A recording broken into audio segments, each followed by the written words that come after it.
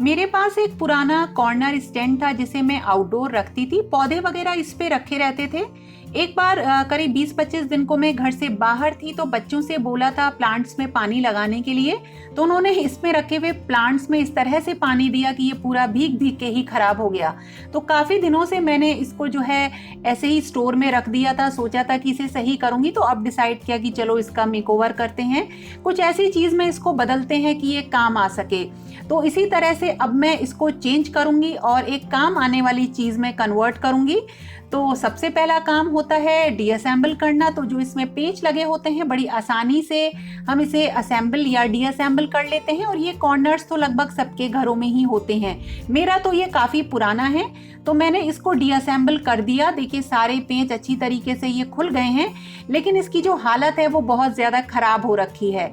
जो इसमें एक्चुअली ये जो है कार्डबोर्ड का बना हुआ है और वो एक बुरादा सा होता है लकड़ी का, जो कि अगर आप उसे जैसे वो क्या होता है, जैसे पानी वानी में भीगने के बाद उसमें से वो बुरादा निकलने लगता है, तो ये इस तरह से खराब हो जाती हैं चीज़ें। तो जब मैंने इसको डीअसेंबल कर लिया सारा तो चेक किया तो नीचे की वाली सरफेस तो इसकी बहुत ज़्यादा ख़राब थी, और जो ऊपर वाली सरफेस थी वो बहुत ही अनइवन हो रही थी, कहीं से फूल रही थी लकड़ी, कहीं से वो दब रही थी। तो इसी वजह से इसको जो मेकओवर इसका करना था वो बड़ा मुश्किल सा हो गया।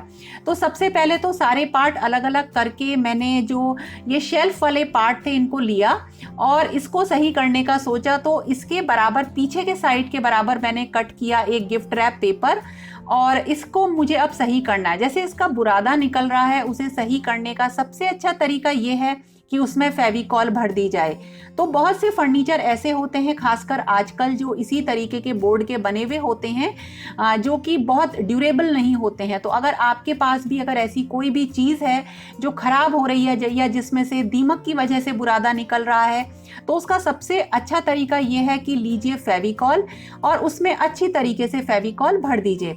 तो देखिए ये बैक साइड के लिए मैंने गिफ्ट रैप पेपर कट कर लिया है, और ये है देखिए इसका फ्रंट साइड, और फ्रंट साइड के में भी देखिए कितनी हालत गड़बड़ हो रही है इसकी, और बैक साइड में देखिए ये फूल रही है, इसकी पूरी लकड़ी है वो।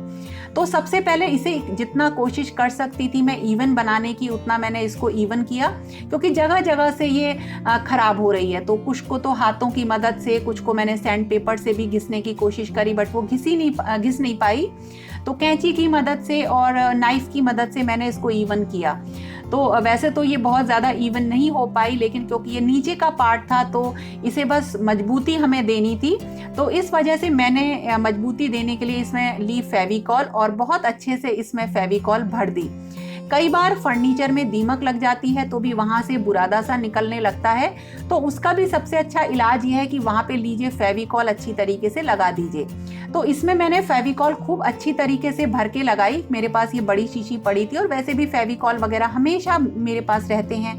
आपने मेरे ग्लू बॉक्स में भी देखा है कि कुछ चीज़ें ऐसी हैं जो घर में हमेशा ही रहती हैं। तो मैंने बहुत बढ़िया तरह से इसमें इसकी सारी शेल्फ में नीचे की तरफ लगाई फेविकॉल, और उसके ऊपर कट करके मैंने जो ये पेपर रखे थे इनको लगा दिए, और उसके बाद मैंने इसको धूप में सुखा दिया। तो धूप तो आजकल बहुत तेज है, तो ये 1-2 घंटे में ही बहुत अच्छे से सूख गए हैं। तो देखिए इस तरह से सारे तैयार हो गए, और अब देखिए इसका आगे का काम करते हैं। ये धूप में सूखने के बाद देखिए कुछ इस तरह से हो गए।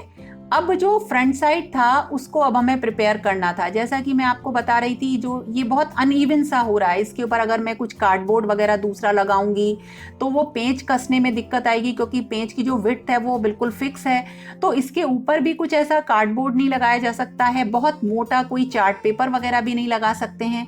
पेंट हम इस पर कर सकते हैं, लेकिन ये इतना अनइवन है कि इस पर पेंट भी बहुत अच्छे से देखिए नहीं हो सकता है, वो अच्छा नहीं लगेगा। तो मैंने डिसाइड किया इसके ऊपर लगाने की। देखिए ये नैपकिन, ये वही नैपकिन है जो हम किचन में यूज़ करते हैं, डाइनिंग एरिया में यूज़ करते हैं। ये मुझे बहुत अच्छे लगते हैं क्योंकि इसमें बहुत अच्छे प्रिंट आते हैं, तो इनका मैं एक अच्छा कलेक्शन अपने पास रखती हूँ, आपके साथ शेयर करूँगी। तो ये ग्रीन कलर के हैं, तो जो मैंने मैचिंग डिसाइड करी थी तो उसके हिसाब से मुझे ये मिल गए। और देखिए इनको मैंने कैसे यूज़ किया, ये थोड़ा सा ध्यान से आप देखिएगा। तो सबसे पहले मैंने लिया वाइट कलर का पेपर, जो कि साइज़ में सेम शेल्फ के साइज़ के बराबर था, और उसके ऊपर मुझे अब लगाना था जो ये पेपर नैपकिन मैंने लिया है इसे इसके ऊपर चिपकाना था।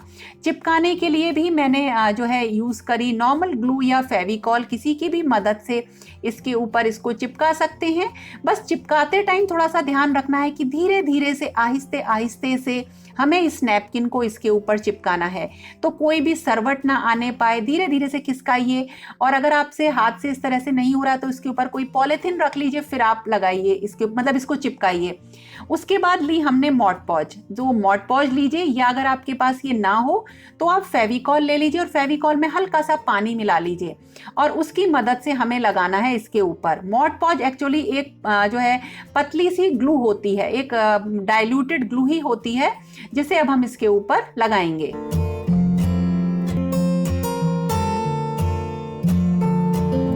मॉड पॉज को हमें बहुत ही हल्का प्रेस करके ही लगाना है। इससे जो टिश्यू का जो ऊपर से जो लेयर है वो बहुत ही स्ट्रांग हो जाती है, चमकदार हो जाती है और एक मजबूती सी आ जाती है। अदरवाइज जैसे ही आप इस पे सामान रखेंगे तो ये फटने लगेगा। तो देखिए, इसके बाद हम इसे कट कर लेंगे शेप के अकॉर्डिंग और इसे अपने जो ये शेल्फ है इसके एरिया के ऊपर मैं चिपका लूँगी। तो वही मैं आपसे कह रही थी, जब आप इसके ऊपर मॉड पॉज या फेविकॉल का पतला घोल लगा देंगे तो एक चमक आएगी और बहुत ही मतलब आप इस पे कोई भी सामान अगर रखेंगे तो टिश्यू बिल्कुल भी नहीं फटेगा और बिल्कुल चिकना सा हो जाता है। तो इस तरह से पीछे की तरफ भी हमने इसे कवर कर लिया एक वाइट कलर के पेपर से, और इस तरह से हमारी शेल्फ तैयार हो गई। और इसके साथ साथ जो भी इसमें होल्स हो रहे हैं उनको नहीं भूलना है, तो उनकी मैंने मार्किंग कर ली थी चिपकाने से पहले ही, और उन्हें प्रॉपरली उन होल को आप पेन की मदद से अच्छी तरीके से उसमें छेद कर लीजिए। और इस तरह से मैंने सारी जितनी भी शेल्फ थी उन पे ये चिपका लिया। बस जब आप आपको ज़रूरत पड़ेगी, कई दफ़े जब बड़ी होंगी तो 2 आपको नैपकिन लेने पड़ेंगे, तो थोड़ा सा डिज़ाइन का आप ध्यान रखिए, अदरवाइज बिल्कुल कोई भी दिक्कत नहीं है। तो ये बहुत ही आसान तरीका है और इससे बहुत अच्छा सा इफेक्ट आता है। और वैसे भी क्योंकि मेरे पास अभी कोई भी गिफ्ट रैप पेपर नहीं था और वो थोड़ा सा मोटा हो जाता, इसलिए मैंने इसके ऊपर नहीं लगाया, और इससे इसका लुक बहुत अच्छा आ जाएगा और मैचिंग भी बन जाएगी। तो ये मैंने सारी शेल्फ में लगा ली और देखिए ये सारी पांचों की पांचों तैयार हो गई। इसमें से भी अभी एक कुछ चेंज होना है, तो अभी आप वीडियो को लास्ट तक ज़रूर देखिएगा। तो इसके बाद देखिए अब बात आती है जिसकी मदद से जो इसके स्क्रूज हैं, डंडे हैं, इनके ऊपर पेंट करने की। तो ये कलर मेरे पास काफ़ी पहले से बचा हुआ पड़ा है, मिंट ग्रीन कलर है, लाइट मिंट ग्रीन कलर है। ये वॉल कलर है जो दीवारों पर हम करते हैं, जो घर की दीवारों पर होता है, उसी से मैंने इसको इन सारी चीज़ों को पेंट कर लिया। वैसे भी क्योंकि अब मैं इसे ऐसी जगह रखूंगी जहां पानी वगैरह ना गिरे, और वैसे भी पानी अगर आप इस सामान पे गिरेगा भी तो कोई दिक्कत नहीं है, क्योंकि वॉल कलर काफ़ी टिकाऊ भी होता है। तो फर्नीचर पे इसकी एक मैट फिनिश आती है जो मुझे बहुत अच्छी लगती है, क्योंकि जो ऑयल पेंट होते हैं वो थोड़े से ग्लॉसी से होते हैं। तो मैंने इन सबको बाहर सुखाया और फिर बार बार अंदर बाहर आना जाना पड़ रहा था, तो मैं बाहर ही बैठ गई और दूसरा कोट मैंने बाहर बैठ के ही किया। ये कलर मुझे बहुत ही पसंद है, और जब मैं वीडियो एडिट कर रही थी तब मैंने देखा कि पीछे से वो जो डॉगी है जो मेरे घर में आ जाता है सोने के लिए, वो आया होगा और वो उसके बाद वो चला गया क्योंकि गेट बंद था। तो मैंने इसीलिए थोड़ा सा उसके लिए गेट भी खोल के रखना पड़ता है। तो इस तरह से मैंने सब पे कर लिया डबल कोट और बहुत ही सुंदर से इनके कलर लगने लगे। अब देखिए मैंने एक पे से ना सारी जो मैंने चिपकाया था वो हटा दिया, रीज़न कि ये सारे एक जैसे हो रहे थे और लुक बिल्कुल भी अच्छा सा निकल कर नहीं आ रहा था। और वैसे भी मैं इसके 2 सेट बनाऊंगी तो मुझे थोड़ा सा चेंज करना था, तो मैंने कभी इस पे येलो कलर का पेपर सोचा लगाने की, लेकिन येलो में मज़ा सा नहीं आया कुछ। तो मैंने डिसाइड किया एक वॉलपेपर का पीस मेरे पास पड़ा हुआ था जो मैच भी कर रहा था, तो मैंने इस तरह से इस वॉलपेपर को जो है इसके ऊपर लगा लिया और एक मैं बाहर से उठा लाई हूँ, ये सूख गया है। तो ये मैं जो लेकर आई थी बाहर से, उससे देखा तो ये मैच कर रहा था, तो मैंने इसके ऊपर ये वॉलपेपर लगा दिया। तो थोड़ा सा जो एक जैसा लुक आ रहा था वो अब नहीं आएगा, तो देखिए दोनों के साथ ये अच्छा लगेगा। तो एक तो हो गए ये लीफ वाले, तो और दूसरे हो गए वो जो मैंने वॉलपेपर लगाया था। अब देखिए मेरे पास पड़ी थी ये लेस, तो इसको मैंने आगे की तरफ सोचा लगाने के लिए।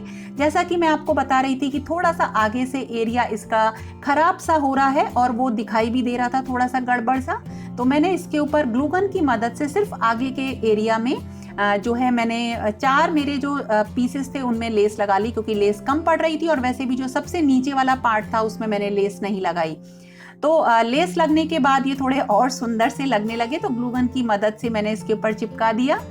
अब देखिए इस तरह से ये आ गई लेस की जो रौनक थी। अब मैं गई बाहर और सारे उठा लाई बाहर से, जितने भी मेरे पेंट हो गए थे वो सब सूख गए हैं। और ये कलर मुझे बहुत अच्छा आजकल लगता है, काफ़ी दिनों से मुझे ये कलर बहुत प्यारा लगता है। तो और वैसे भी यही बचा पड़ा है, तो अब इसके अलावा कोई ऑप्शन भी नहीं है। लॉकडाउन ओपन होगा तो उसके बाद कुछ सोचूंगी कलर के बारे में। तो देखिए इस तरह से मैंने ये सारे फिर से दोबारा से जोड़ दिए।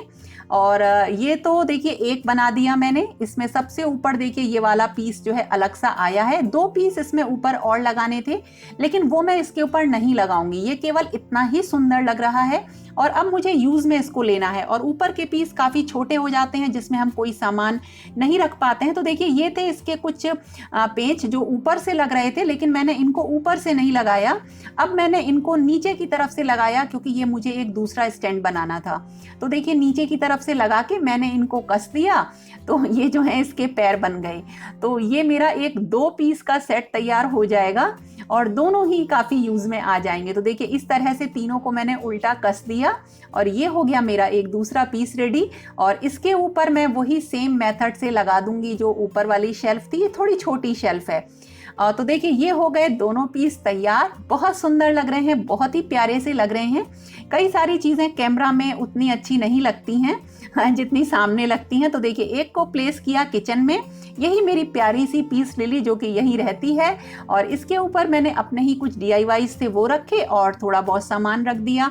अब किचन में ये कितना क्यूट सा लग रहा है, कितना प्यारा सा लग रहा है। और वैसे ये तो अब आप ही बताएंगे कमेंट्स में कि ये कैसा लग रहा है। मुझे तो बहुत पसंद आया और इस जगह की थोड़ी सी जो क्यूटनेस है ना वो और बढ़ गई। तो किचन थोड़ी सी और सुंदर सी लगने लगी और प्यारी सी लगने लगी। और दूसरा वाला पार्ट रखा मैंने फ्रिज के बगल में। अभी फिलहाल इसे मैं यहाँ से हटा दूंगी। तो जो भी मेरे पास इंडोर प्लांट्स हैं वो मैं अब, क्योंकि समर्स में मैं ज़्यादातर अंदर रखती हूँ, तो मैंने यहाँ रख दिए। नीचे की शेल्फ में एक नैपकिन बिछाया, क्योंकि यहाँ मैंने कुछ बुक्स रखी हैं और बुक्स में पैर वगैरह ना लगे फिलहाल के लिए, तो मैंने इसे यहाँ पे रख दिया। तो ये अभी फिलहाल यहाँ रखा है। हालांकि मैंने इसे यहाँ के लिए नहीं बनाया है, सरप्राइज है, आपको जल्दी ही बताऊंगी। तो वैसे अभी फिलहाल तो फ्रिज का ये कॉर्नर बहुत ही अच्छा लगने लगा और मुझे बहुत पसंद आया। बड़ा प्यारा सा यहाँ पे ये लगने लगा। तो एक फर्नीचर से तैयार हो गए 2 फर्नीचर और दोनों ही यूजफुल, जो कि ऊपर की तरफ कबाड़ में पड़े थे। काम हो गया खत्म। और अब चलें शाम का खाना बनाते हैं। दोपहरी का टाइम हमारा कट गया। तो फ्रेंड्स फिर मिलेंगे एक नए और इंटरेस्टिंग वीडियो के साथ। और ज़रूर बताइएगा कमेंट में कि आपको कैसे लगे, और पसंद आए तो लाइक ज़रूर करिएगा। तो फिर मिलेंगे। Okay friends, thank you and bye bye.